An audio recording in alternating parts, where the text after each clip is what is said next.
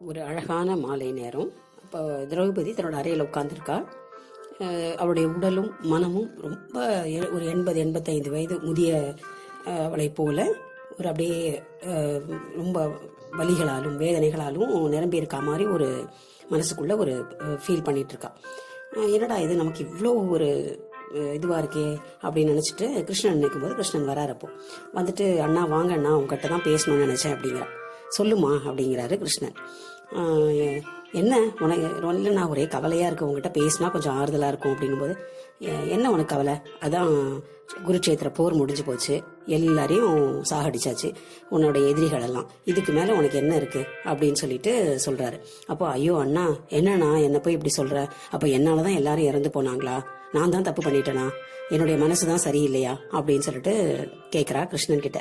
கிருஷ்ணன் அதுக்கு சொல்றாரு, நீ தான் முழுக்க முழுக்க காரணம்னு சொல்லலை, நீயும் ஒரு காரணம் அப்படிங்கிறாரு. அப்படியா? அப்போ நான் என்ன பண்ணேன் அப்படின்னு. உன்னுடைய எண்ணங்கள், உன்னுடைய சிந்தனைகள், உன்னுடைய வார்த்தைகள் தான் இன்னைக்கு இந்த போருக்கு ஒரு காரணம். நான் அதுவே காரணம்னு சொல்லலை, திருப்பியும் சொல்றேன். நீ அதுக்கப்புறம் இன்னொரு 1000 கேள்வி என்ன கேட்ப, அதுக்காக சொல்றேன் அப்படிங்கிறாரு. அப்படியா, என்ன சொல்றீங்க அப்படின்னு சொல்லும் பொழுது, முத இது நடந்தது இல்லையா உனக்கு, சுயமரத்துக்கு ஆள் செலக்ட் பண்றதுக்கு, அப்ப நீ கர்ணனை சேர்க்காம விட்டது முதல் குற்றம். அவனையும் சேர்த்திருக்கணும் இல்லையா, அதை நீ தப்பு பண்ணிட்ட. அடுத்தது கனி அப்படின்னு நினைச்சுக்கிட்டு கன்னியான ஒன்ன 5 பேருக்கு பிரிச்சு எடுத்துக்கோங்க அப்படின்னு சொல்லி சொன்னதை, அவங்க உங்ககிட்ட சொன்னதையும் நீ ஒத்துக்கிட்ட. நீ அப்ப என்ன சொல்லிருக்கணும்? நான் கனி இல்ல, கன்னி தானே. அந்த வார்த்தைகளுக்கு வித்தியாசம் இருக்குல்ல, நான் ஏன் 5 பேரையும் ஏத்துக்கணும் அப்படின்னு ஒரு கேள்வி கேட்டிருக்கலாம்ல, நீ அதை கேட்கல. சோ அதுவும் ஒரு காரணம். அப்போ மனசுல என்ன ஓட்டம் இருந்திருக்கும் இல்லையா, அந்த ஓட்டத்தை சிந்தனையிலையும் செயல்லையும் நீ கொண்டு வரல, அது ஒரு உன்னுடைய தப்பு. 3வது, திருதராஷ்டிரனை பார்த்து உன்னுடைய எப்படி நீ குருடாக இருக்கிறாயோ, உன்னுடைய மகன்களும் உன்னுடைய அரசவையும் எப்பொழுதுமே குருடாக இருக்கிறது அப்படிங்கிற ஒரு வார்த்தையை நீ யூஸ் பண்ண இல்லையா, அதுவும் ஒரு தப்பு தான். ஸோ இதெல்லாம் சேர்ந்து தான் இந்த ஒரு போருக்கு இன்னொரு ஆடட் அப்படின்னு சொல்லுவாங்க இல்லையா, அந்த மாதிரி அமைஞ்சு போச்சு அப்படிங்கிற மாதிரி சொல்றாரு கிருஷ்ணன். ஸோ என்ன ஒரு அழகான கருத்து இல்லையா. ஸோ நம்மளுடைய எண்ண ஓட்டம், நம்மளுடைய சிந்தனைகள், நம்ம நினைச்ச அந்த ஒரு வார்த்தைகள் இந்த பிரபஞ்சத்துல நிறைஞ்சிருக்கும் அப்படின்னு சொல்லுவாங்க.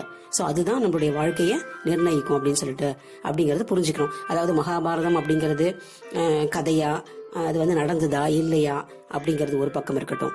இந்து மதம் சொல்றதெல்லாம் கரெக்டா, இது எபிக்ஸ்ன்னு சொல்லணுமா இது அப்படின்னு சொல்றதெல்லாம் நிறைய வார்த்தைகள்லாம் போயிட்டு இருக்கு. அதெல்லாம் நம்ம பொருட்படுத்தாம இதற்குள் இருக்கின்ற நல்ல கருத்துக்கள் நம்ம எடுத்துக்கணும். வாழ்வியல் முறைக்கு தேவையான கருத்துக்கள் இருக்கு இல்லையா. சோ ஒரு பெண்ணானவள் தன்னுடைய சொல்லிலும் செயலிலும் சிந்தனையிலும் கொஞ்சம் ஒரு நிமிஷம் மாறுபட்டா, கிருஷ்ணன் பகவான் பக்கத்துல இருக்கும் பொழுதே திரௌபதிக்கு பிரச்சனைகள் வரும் பொழுது நம் போன்ற பெண்கள் ஏமாத்திரம். சோ நம்முடைய செயல்கள் சிந்தனைகள் தாண்டி நம்மை மீறி பிரச்சனைகளும் போராட்டங்களும் இழப்புகளும் வலிகளும் வரும்பொழுது அதையும் தாண்டி பெண்ணாக நம்ம ஜெயிக்க வேண்டும் அப்படிங்கிறதுக்கு தான் இந்த ஒரு அழகான கதை. ஒரு அழகான